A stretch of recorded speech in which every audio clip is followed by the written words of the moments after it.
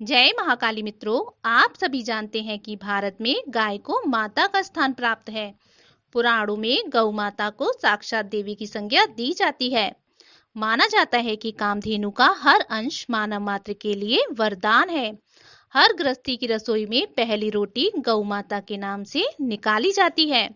सुख और दुख से जुड़ा कोई भी धार्मिक काम या फिर अनुष्ठान गौ माता का ग्रास निकाले बिना पूरा नहीं होता है। इन सब के बावजूद गौ माता के झुंड कचरे के ढेर पर झूठन से पेट भरते हुए दिखाई देते हैं। इसे देखकर मन में प्रश्न आना स्वाभाविक है कि आखिर गौ माता की आज ऐसी दुर्गति क्यों है। इस प्रश्न का उत्तर मां पार्वती जी के श्राप से जुड़ा हुआ है। एक बार की बात है, जब भगवान शिव और मां पार्वती समुद्र के किनारे विहार के लिए गए, तब इस दौरान भगवान शिव के मन में एक शरारत सूझी और उन्होंने कहा कि हे देवी पार्वती, मुझे अचानक एक आवश्यक कार्य के लिए बाहर जाना पड़ रहा है। मैं कार्य पूर्ण होते ही शीघ्र ही आपके पास लौट आता हूँ, अतः आप यहीं मेरी प्रतीक्षा कीजिए। असल में भगवान शंकर माता पार्वती जी को परेशान करना चाहते थे।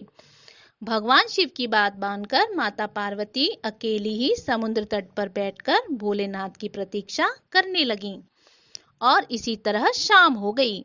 उस दिन तीज की तिथि थी, लेकिन जब रात तक शिवजी नहीं लौटे तो मां पार्वती ने समुद्र तट पर ही रेत की शिवलिंग का निर्माण किया और वहां आसपास उपलब्ध पूजन सामग्री से शिवजी की रात भर निर्जल और निराहार उपासना की और व्रत संपन्न किया। लेकिन भगवान शिव वहां सूक्ष्म रूप में पहले से ही विराजमान थे और वो सभी गतिविधियों को देख रहे थे। सुबह होते ही मां पार्वती ने समुद्र में रेत के शिवलिंग और पूजन सामग्री को विसर्जित कर दिया। इसके थोड़ी ही देर बाद शिव जी वहां प्रकट हो गए और बोले कि हे देवी पार्वती, आपने कल तीज की तिथि पर मेरी पूजा नहीं की। तब पार्वती जी ने कहा कि भगवान, मैंने आपकी पूजा की है और अभी सभी सामग्री मैं जल में विसर्जित कर कर आ रही हूँ। भगवान शिव अभी भी माता पार्वती जी के साथ ठिठोली करना चाहते थे और इसलिए वे बोले कि हे देवी पार्वती, मुझे तो पूजा का कोई भी चिन्ह यहाँ दिखाई नहीं दे रहा है। अगर आपने सच में मेरी पूजा की है तो उसका प्रमाण दीजिए। शिव जी की बात सुनकर मां पार्वती जी ने आसपास देखा और उन्हें वहां एक गाय खड़ी हुई दिखाई दी। उन्होंने भगवान शिव से कहा कि ये गाय मेरी साक्षी है। जब मैं पूजा कर रही थी तब ये यहाँ उपस्थित थी।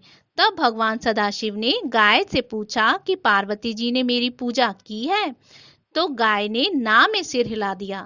तब भगवान शिव ने कहा कि पार्वती जी, आप असत्य कह रही हैं। गाय तो सिर हिलाकर मना कर रही है।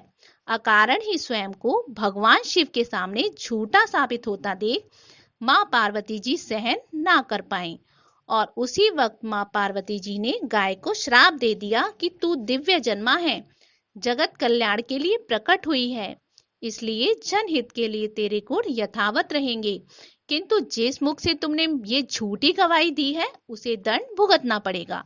झूठ बोलने के कारण ही अब झूठन ही तेरा आहार होगी। इस तरह झूठ बोलने से गौ माता पार्वती जी के क्रोध की भागीदार बनी और आज तक गाय की संतानें अच्छा भोजन प्राप्त हो जाने के बावजूद भी झूठन ही खाती हैं। अगर आपको ये जानकारी अच्छी लगी हो तो वीडियो को लाइक करें और मेरे इस चैनल को सब्सक्राइब करें। धन्यवाद।